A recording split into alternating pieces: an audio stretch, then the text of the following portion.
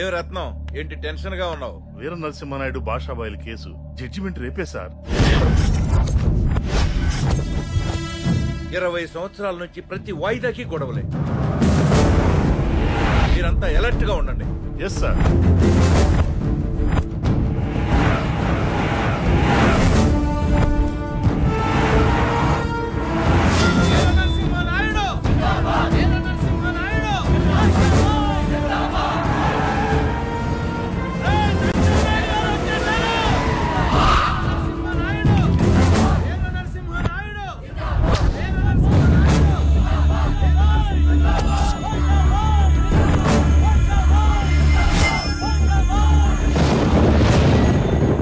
పేరు వీర నరసింహనాయుడు.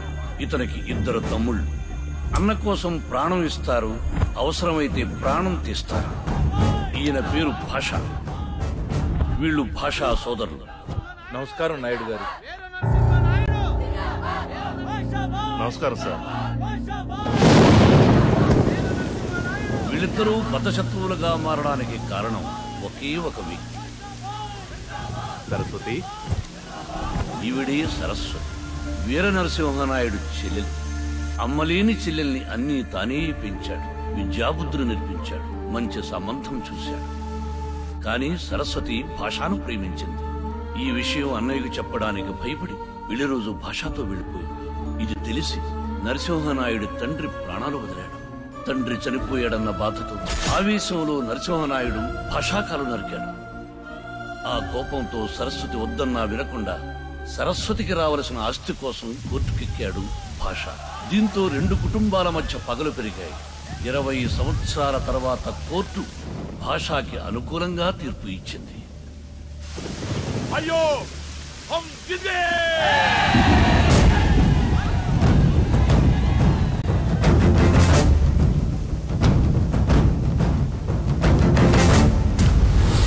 అరే సూది మొన్న మోపినంత జాగా కూడా ఇవ్వనన్నావు. కోర్టు సగం ఆస్తి మా సరస్వతమ్మకి ఇచ్చింది. అవి క్యా బోల్తే? ఇంకేం బోల్తాడు? ఇజ్జత్ పోయినాక తల దించుకొని పోతాడు.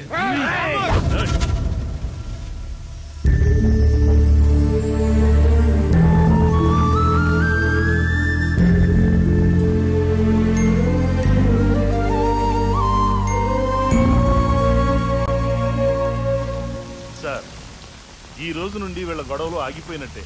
ఈ సీమలో 2 మనుషుల మధ్య శత్రుత్వం రాకూడదు. వచ్చిందంటే దాన్ని ఆపటానికి ఆ భగవంతుడు దిగి రావాల్సిందే. శ్రీ రమా సహిత సత్యనారాయణ స్వామికి జై. రేయ్, మీరేంట్రా ఇక్కడ? మా సంగతి సరే, కాలేజ్ కి రాకుండా రథాలు పూజలు చేస్తున్నావేంట్రా? మా నాన్న ఎమ్మెల్యే గారి కూతురు పెళ్లికి వెళ్లి ఖాళీ లేక నన్ను పంపాడ్రా. నువ్వు ఇక్కడ కొబ్బరి చిప్పలు తింటూ కూర్చో. అక్కడ సులేమాన్ గారి లవర్ ని వాటికలో నిమ్మకాయ చప్పరిస్తాడు, చప్పరిస్తాడు.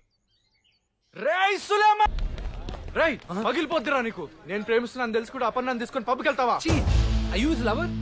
నేను లవరేంటి? పిచ్చి పిచ్చిగా ఉందా? అలా అనక అపర్ణ, నేను హర్ట్ అవుతాను. హర్ట్ అవుతారని ఎవరు ప్రేమించరమ్మా. రేయ్ సటైర్లు వేస్తే చంపేస్తా. నువ్వు చంపేసే చచ్చిపోవడానికి ఇక్కడ బ్యాగులు చేసుకున్న మగాళ్ళు ఎవరు లేరా? అయితే గమనండి, వాడికి ఒక జలకెత్తాం.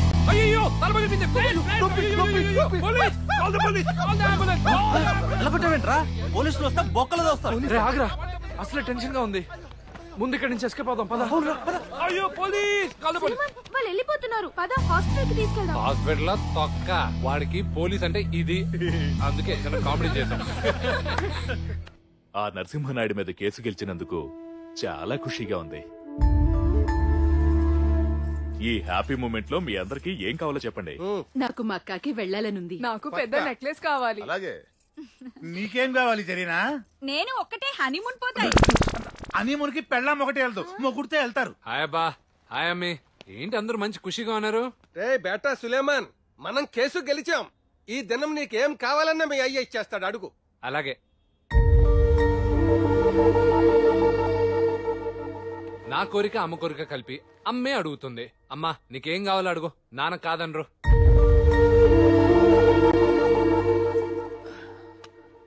అడుగు సరస్వతి.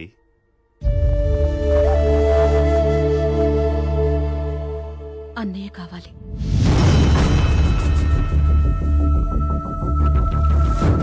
గొడవలు మర్చిపోయి అందరం సంతోషంగా ఉండాలి. నా తమ్ముడు కాలు నరికేసిన నరసింహనాయుడు కుటుంబంతో మేము ఈ జన్మలో కలవం. ఈ విషయంలో మా అందరిది ఒకటే మాట బాబు.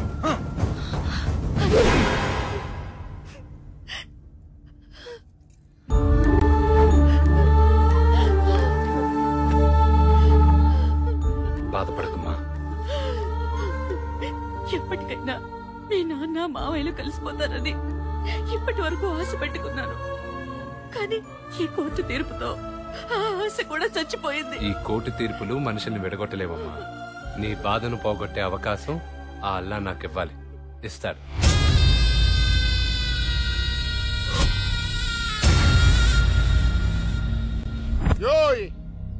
కాలువ దవటానికి కొలతలు దిద్దుగానే రా. కాలువ కావాలని నరసింహనాయుడు గారు మాకు అప్లికేషన్ పెట్టారండి. ఆడు పెడితే నువ్వు చేస్తావట్రా.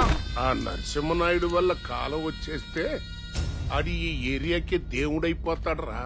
అది నాకు నచ్చదో. మీరు ఒక గవర్నమెంట్ ఆఫీసర్ మీద చేసుకున్నారు. చేసుకోవడం తప్పేరా, నరకడం రైటు. రాయ్ సత్తే.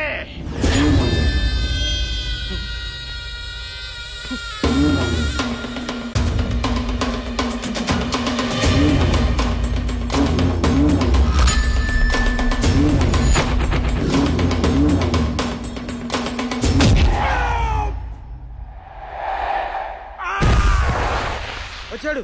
ఎవరో మీ హస్బెండ్.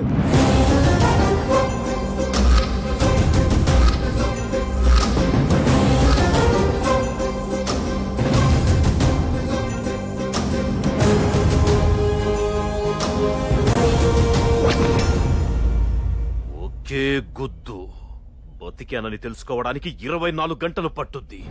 కాలువ జోలికి రావద్దు.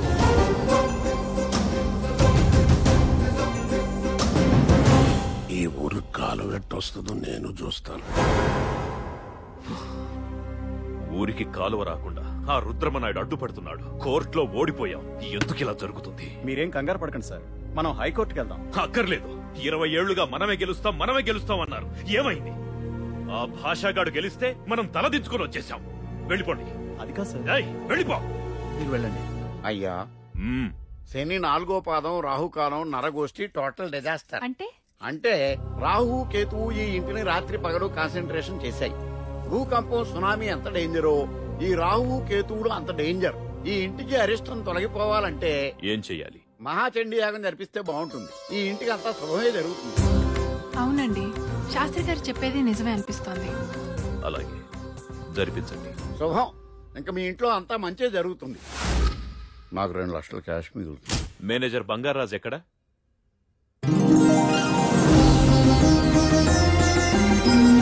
ఆహా, కృష్ణరాజు గారు, మా రాజుల హీరో మీరు. ఏమా టీవీ, నేను మీ ఫ్యాన్ ని. మీరు స్క్రీన్ మీద కనపడగానే ఎన్ని రూపాయలు విసిరేశానో తెలుసా? రే సార్, చూసావా కృష్ణరాజు గారి టీవీ? ఈ టీవీ కృష్ణరాజు గారిదా, మీది కదా సార్? టీవీ అంటే Samsung TV, LG TV, Onida TV, ఈ టీవీలు కాదురా. టీవీ అంటే రాజసం, దర్పం, ఇవన్నీ బై భర్త మా రాజులకే ఉంటాయరా. బంగారాజు పెద్ద పిలుస్తున్నారు. అయ్యా, పిలిచారా అండి? బంగారాజు, యాగం జరిపిస్తే ఇంటికి ఇంట్లో వాళ్ళందరికీ మంచిదని మన పురోహితులు చెప్పారు. నువ్వేమంటావు? మంత్రాలు రాపోయినా మంచి సలహానే ఇచ్చారు. ఇంతకీ యాగం ఎవరు జరిపిస్తారు? ఇంకెవరు జరిపిస్తారు? నేనే, నువ్వు అడ్డు రాకపోతే. నేను అడ్డు రాకపోతే జరిపించడానికి ఇదేమన్నా బట్టల షాప్ ఓపెనింగ్ ఏంటి? బంగారాజు, నువ్వు నా వ్యక్తిత్వాన్ని శంకిస్తున్నావు. ఎన్నో యాగాలు దగ్గర నుండి చూశాను నేను. చూసారా? దగ్గరుండి చూశాడంట. ఈయన యాగం జరిపిస్తాడంట. అయ్యా, యాగాలు జరిపించాలంటే శాస్త్రాలు మంత్రాలు తెలిసిన మంచి ఘనాపాటి కావాలి. అలాంటి వారు ఎవరున్నారు? వెతుకుతానండి. మన కుటుంబ శ్రేయస్సు కోసం మహాపండితుడైన ఒక ఘనాపాటిని తీసుకొచ్చి యాగం జరిపిస్తాను. దొంగ. అలాగే, యాగం బాధ్యత మీదే. జరిపించండి. యాగం నాకు రాకుండా పొట్ట కొట్టేవు కదరా పుట్టినాయ.